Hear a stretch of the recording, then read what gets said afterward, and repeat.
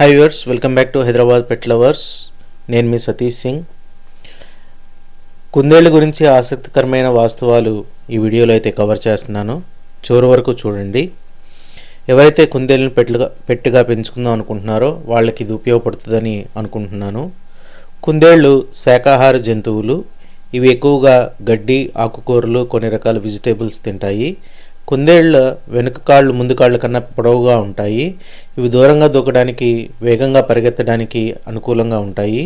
కుందేళ్ళకి 360 degrees చూడగలిగే కళ్ళని కలిగి ఉంటాయి. అంటే దాని వెనకాల ఎగ్జాక్ట్గా మనం నిలబడినా అది మనల్ని చూడగలుగుతుంది. ఇవి మిమ్మల్ని వెనుక వైపు నుంచి కూడా చూడగలుగుతాయి అన్నమాట. కుందేళ్ళు ఎక్కువగా రాత్రిపూట చురుగ్గా ఉంటాయి. వీటికి చెవులు చాలా సున్నితంగా ఉంటాయి మరియు చిన్న శబ్దాలను కూడా తెలుసుకుంటాయి. చాలామంది కుందేళ్ళని ఎత్తుకునేటప్పుడు చెవులు పట్టుకొని ఎత్తుతూ ఉంటారు. ఇది అంత అడ్వైజబుల్ కాదు. ఇంత పెద్ద చెవులు ఎందుకు ఉంటాయి అంటే దాని బాడీ టెంపరేచర్ని నియంత్రించడంలో ఈ చెవులు ఉపయోగపడతాయి. కొన్ని రకాల కుందేళ్ళు 8 నుంచి 12 ఏళ్ల వరకు బతుకుతాయి. ఇవి రోజు వాటి శరీర బరువులో 20% వెయిట్ ఉన్న ఆహారాన్ని తింటాయన్నమాట. మగ కుందేళ్ళని బక్ అని, ఆడ కుందేళ్ళని డో అని పిలుస్తూ ఉంటారు. ఆడ కుందేళ్ళు ఏడాదికి 4 నుంచి 12 బేబీ కుందేళ్ళను ప్రసవించగలుగుతాయి. బేబీ కుందేళ్ళని కిట్ అని పిలుస్తారు.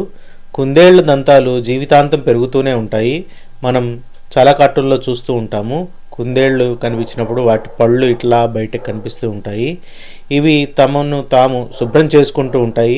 చాలా శుభ్రంగా ఉండడానికి ఇష్టపడుతూ ఉంటాయి. కుందేళ్ళను మాంసం కోసం మరియు పెంపుడు జంతువుగా పెంచుతూ ఉంటారు.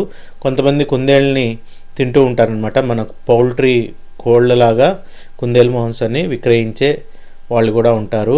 ఇవి మనకు ఆనందాన్ని ఇస్తాయి, మనతో ఆడతాయి. ఇవి ఒంటరిగా ఉండటం ఎప్పుడు ఇష్టపడవు, ఎప్పుడు గుంపులుగా ఉంటాయి. కుందేళ్ల గుండె ఒక నిమిషానికి 120 నుంచి 150 సార్లు కొట్టుకుంటుంది. ఇవి ఫ్రీక్వెంట్గా వాటర్ తాగుతూ ఉంటాయి. ఒకవేళ మీరు కుందేళ్ళు పెంచుతూ ఉంటే వాటికి వాటర్ అవైలబుల్లో ఉండేలాగా చూసుకోండి. ఒక కుందేలుకి 28 పళ్ళు ఉంటాయి. జనరల్గా ఇవి మట్టిని తవ్వి నివాసాలు ఏర్పరచుకుంటూ ఉంటాయి. కానీ మన అర్బనైజేషన్లో మనం కేజీల్లో పెంచుతున్నాము. అడవుల్లో కానీ ఎక్కడైనా ఇవి మట్టిని తవ్వి దానిలో, అంటే ఎలుకలు ఇవి ఎట్లయితే బొరియలు చేసుకుంటాయో ఆ మట్టిని తవ్వి దానిలో అయితే నివాసాలను ఏర్పరచుకుంటాయి. ఇవి కొద్దిగా యాక్టివ్ యానిమల్స్. అడవుల్లో పెరిగే కుందేళ్ళు చాలా యాక్టివ్గా ఉంటాయి. ఇవి 2 నుంచి 4 మీటర్ల దూరం వరకు ఎగరగలుగుతాయి, దూకగలుగుతాయి ముందుకి. కుందేళ్ళు తమను వేటాడే జంతువుల నుంచి చాలా చాకచక్యంగా తప్పించుకుంటాయి.